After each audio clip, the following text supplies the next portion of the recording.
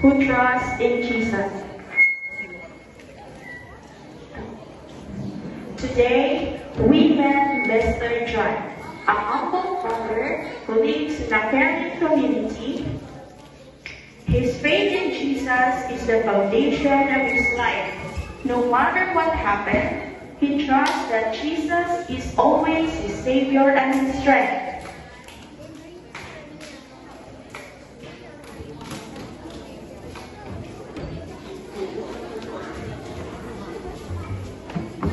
Blessings and prosperity.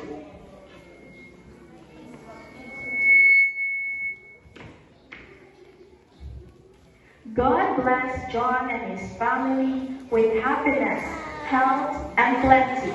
His trust in Jesus made his joy complete, and he shared his blessing with others.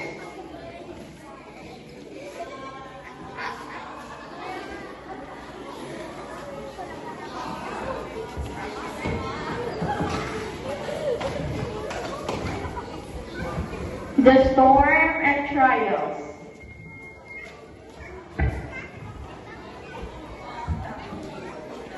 But one day, trouble struck like a fierce storm.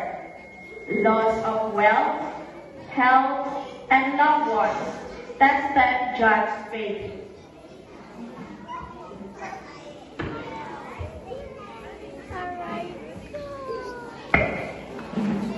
Yet, even in sadness, he remembered his Savior Jesus was with him. He believed that Jesus would see him through the hardest time.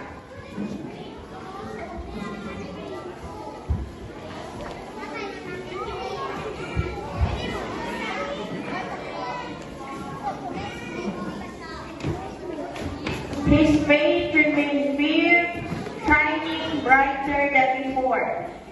Through his example, others learned to trust in Jesus no matter what challenges. He believed that Jesus would see him through the hardest time.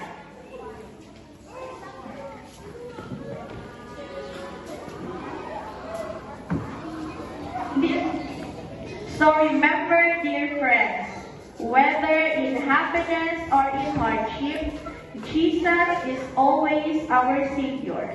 Like John, we can trust him completely because he loves us and he will never leave us.